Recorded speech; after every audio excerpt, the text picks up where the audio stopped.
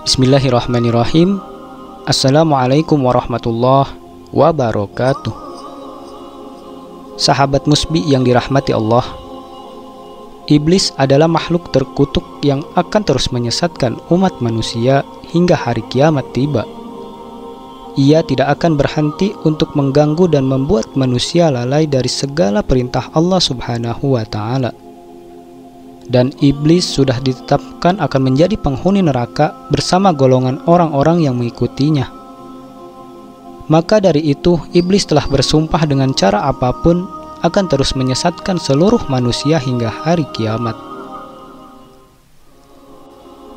Dikabarkan, di neraka kelak iblis akan berpidato di depan seluruh golongan manusia yang mengikutinya. Dan pidato iblis ini akan menjadi pidato yang paling mengharukan dan membuat seluruh manusia yang mengikutinya akan menyesal dan menangis sangat histeris. Lantas, mengapa iblis berpidato di neraka? Benarkah pidato iblis adalah pidato paling sedih dan membuat manusia menyesal? Di akhirat nanti, setelah proses penghitungan hisab selesai, manusia terbagi dua kelompok. Allah memasukkan orang-orang beriman dan beramal soleh ke dalam surga, sedangkan orang-orang kafir dimasukkan ke dalam neraka. Selesai hisab itu, iblis laknatullah alaih, makhluk yang dilaknat Allah, berpidato di hadapan golongan orang-orang penghuni neraka. Menurut tafsir Ibnu Katsir maupun tafsir At-Tabari, pidato iblis itu merupakan pidato yang sangat menyentuh hati, bahkan sangat menyayat hati. Semua manusia dari kelompok penghuni neraka yang mendengarnya merasa sangat sedih dan menangis histeris. Al-Hasan Al-Basri rahimahullah berkata, tatkala hari kiamat, iblis berdiri di atas sebuah mimbar dari api lalu berpidato seraya berkata, "Sesungguhnya Allah telah menjanjikan kepadamu janji yang benar, dan aku pun telah menjanjikan kepadamu, tetapi aku menyalahinya." Dari Al-Hafiz Ibnu Katsir rahimahullah berkata, Allah mengabarkan tentang pidato yang disampaikan oleh iblis kepada para pengikutnya, yaitu setelah Allah memutuskan atau menghisab para hambanya. Lalu Allah memasukkan kaum mukminin ke surga, dan Allah menempatkan orang-orang kafir ke dalam neraka jahanam. Maka iblis pun tatkala itu berdiri dan berpidato kepada para pengikutnya agar semakin menambah kesedihan di atas kesedihan mereka, kerugian di atas kerugian, serta penyesalan di atas penyesalan. Pidato tersebut disampaikan oleh iblis kepada para pengikutnya pada saat yang sangat menegangkan. Tatkala mereka pertama kali dimasukkan ke dalam neraka jahanam, tatkala mereka telah melihat api yang menyala-nyala yang siap membakar mereka. Pidato tersebut benar-benar masuk ke dalam hati para pengikut iblis.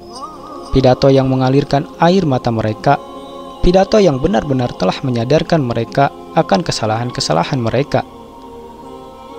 Pidato yang menyadarkan mereka bahwasanya selama ini mereka hanya terpedaya oleh sang pemimpin, yaitu iblis laknatullah alaih. Pidato iblis itu pun diabadikan oleh Allah Subhanahu wa Ta'ala di dalam Al-Quran surah Ibrahim ayat 22-23. Dan berkatalah syaitan tatkala perkara hisab telah diselesaikan, "Sesungguhnya Allah telah menjanjikan kepadamu janji yang benar, dan aku pun telah menjanjikan kepadamu, tetapi aku menyalahinya. Sekali-kali tidak ada kekuasaan bagiku terhadapmu, melainkan sekadar aku menyeru kamu lalu kamu mematuhi seruanku. Oleh sebab itu janganlah kamu mencerca aku. Akan tetapi cercalah dirimu sendiri. Aku sekali-kali tidak dapat menolongmu, dan kamu pun sekali-kali tidak dapat menolongku. Sesungguhnya aku tidak membenarkan perbuatanmu mempersekutukan aku dengan Allah sejak dahulu. Sesungguhnya orang-orang yang zalim itu mendapat siksaan yang pedih. Dan dimasukkanlah orang-orang yang beriman dan beramal soleh ke dalam surga yang mengalir di bawahnya sungai-sungai. Mereka kekal di dalamnya dengan izin Rabb mereka. Ucapan penghormatan mereka dalam surga itu ialah salam. Quran Surah Ibrahim ayat 22-23. Mendengar pidato iblis laknat tersebut, semua penghuni neraka itu merasa sangat susah dan tertipu.